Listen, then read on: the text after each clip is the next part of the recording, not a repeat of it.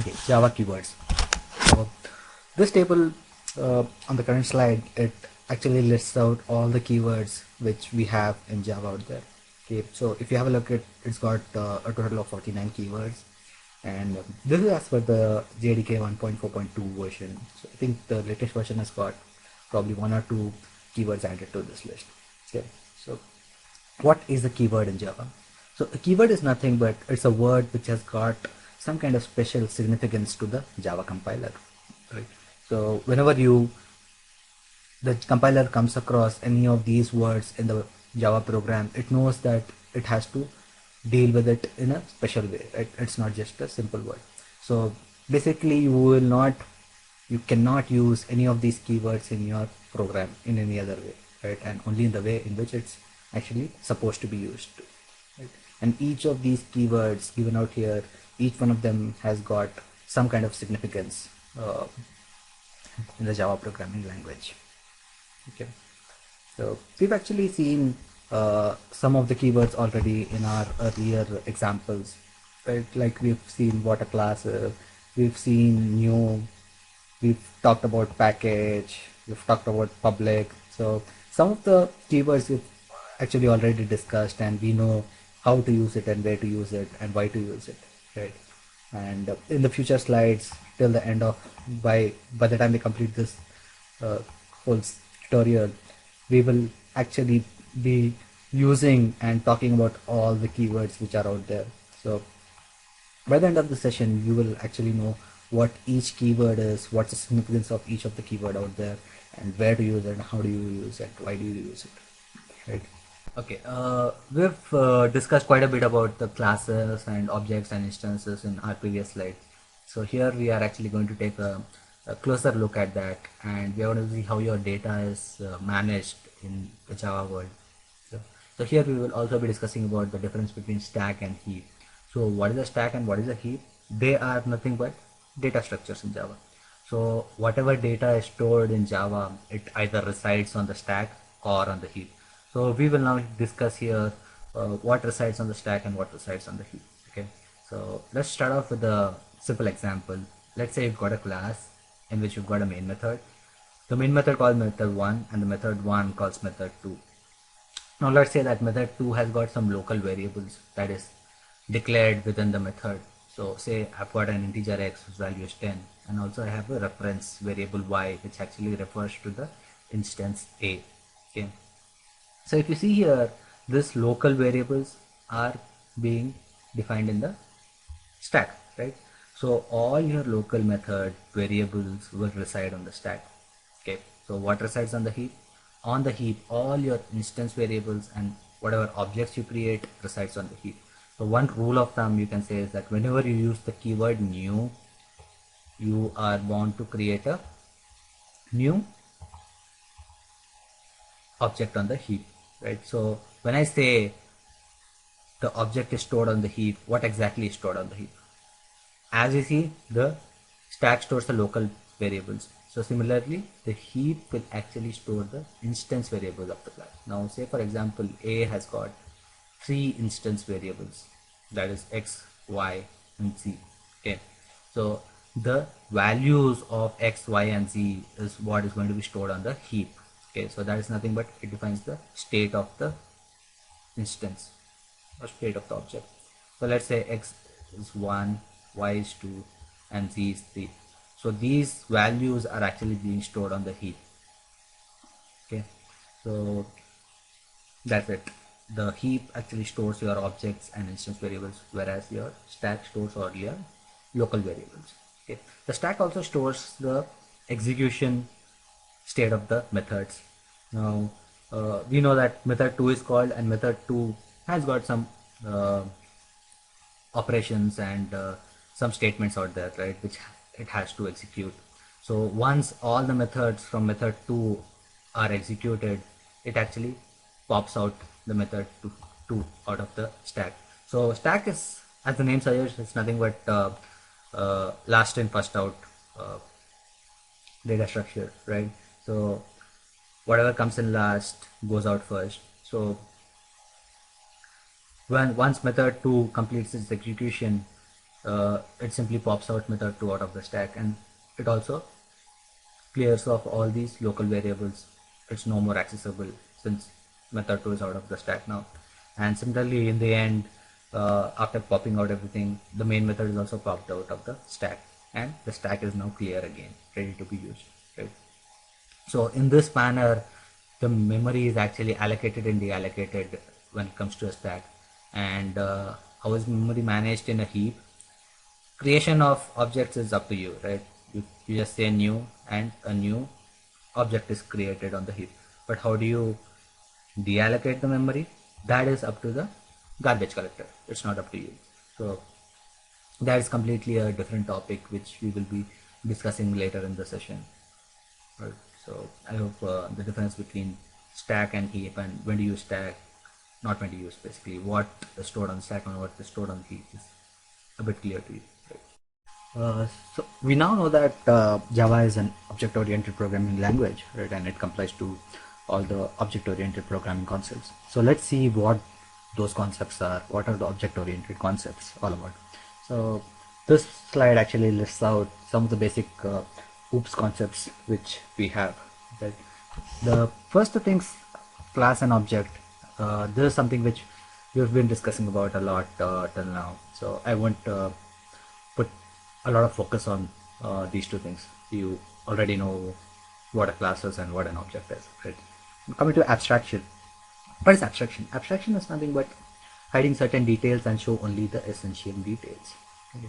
So basically, when you have a look in the future slides, when we talk about modifiers, and we see how you apply the abstract modifier to the classes and methods, you will actually see what it really means and how you actually employ this abstraction feature. So say for in a class, say implementing everything doesn't really make sense to you, right? If in a particular class, you can just hide certain details and only the essential details you can implement, right? So that's nothing but abstraction. Encapsulation is binding data and methods together. So basically, the end product of encapsulation would be data hiding. So as you implement the encapsulation, you actually end up employing the data hiding functionality.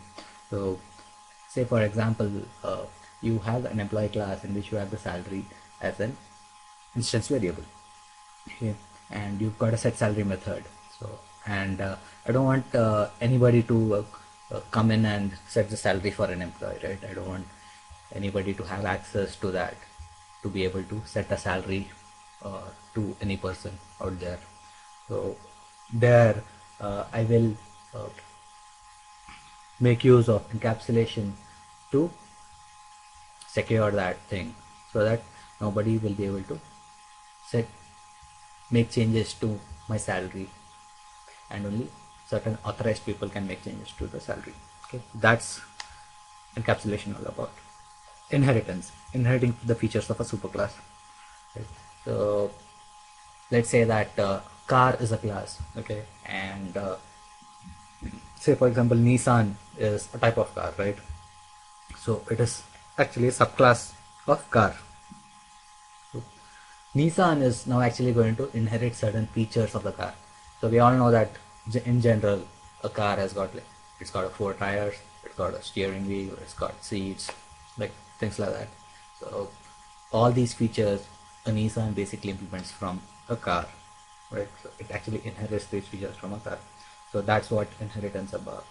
You can inherit the features of a superclass. And polymorphism, having one name with many forms, right? So let's take an example of a class called shape. Okay, so it actually, a shape is nothing but it can be of any shape, right? And there are actually different classes which subclass out of the shape class. So there could be a triangle, it could be a circle, it could be a rectangle, or one of the many other shapes which we have, right? And say we have got a method called area. Okay, so now in each of these classes, the implementation of the method area is completely different, right? Because if you want the area of a square, you just say side into side, and if you want the area of a rectangle, you say length into breadth, right? So implementation of that particular method area is different in each of these classes. So that's what polymorphism talks about, having one name with many forms, right? So I hope it's at least a bit clear now, like what are the different object-oriented concepts and what they are.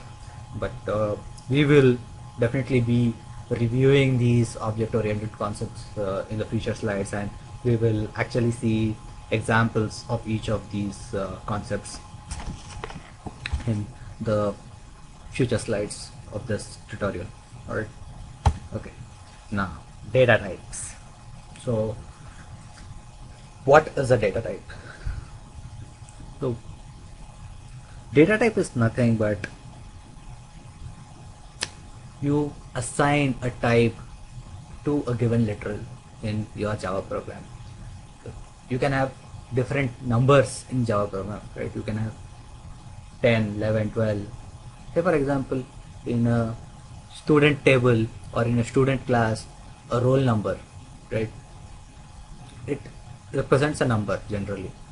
So roll number 1. So if there are 10 students in the class, you will have roll number 1, 2, 3, 4, 5, 6 up to 10, right? And it's stored as a number. And the next thing you have in a student table is the name, student name, right? And it's not a number anymore now, it's a string, right? A set of characters. And say for example, one more thing you have in the student table is gender, say for example, and it is either M or F. So M stands for male and F stands for female. So that's a single character, right? So you've got these different types of data which you would like to store in your class, right? And all these types are not the same, they're different, right? So in the similar manner, you've got different data types in Java which can store these different types of data to you in your program. So we've got all these list of data types which are listed out here, and I've also listed the number of bytes it stores, and the minimum value, maximum value, and the literal values which it can accept. So if you say for example look at the byte data type, it's got only, it stores 1 byte, right? That means 8 bits. So the number of bytes, as the number of bytes increases, the amount of data you can store will also increase, right? Obviously. So the larger the data, the bigger the data type you would require. But most of the time, if you are dealing with numbers in Java, you use integer data type. Okay. And if you've got a very long number, you use long. And when you have decimals, you use float most of the time. Okay. So the general rule to the min value and max value is this: min value is to the power of bits minus 1, number of bits minus 1, and max value is to the power of number of bits minus 1 minus 1, right? But there are certain exceptions definitely to this general rule. So say for example, a char data type is an exception. It really doesn't have negative values, okay? And the maximum value is to the power of 16 minus 1. So basically the number of bits would be 16, right? So it's to the power of n minus 1, to the power of number of bits minus 1. And float and double basically doesn't have any min value, max value. Same case with boolean, it's got only 2 values, either a true or false. So this is about the data types. Actually, when we implement all these different data types in the demo session and see how we can actually convert one data type to another, and how actually some of the data types actually implicitly converts to other data types. So when we do the demo, things will be more clearer, right?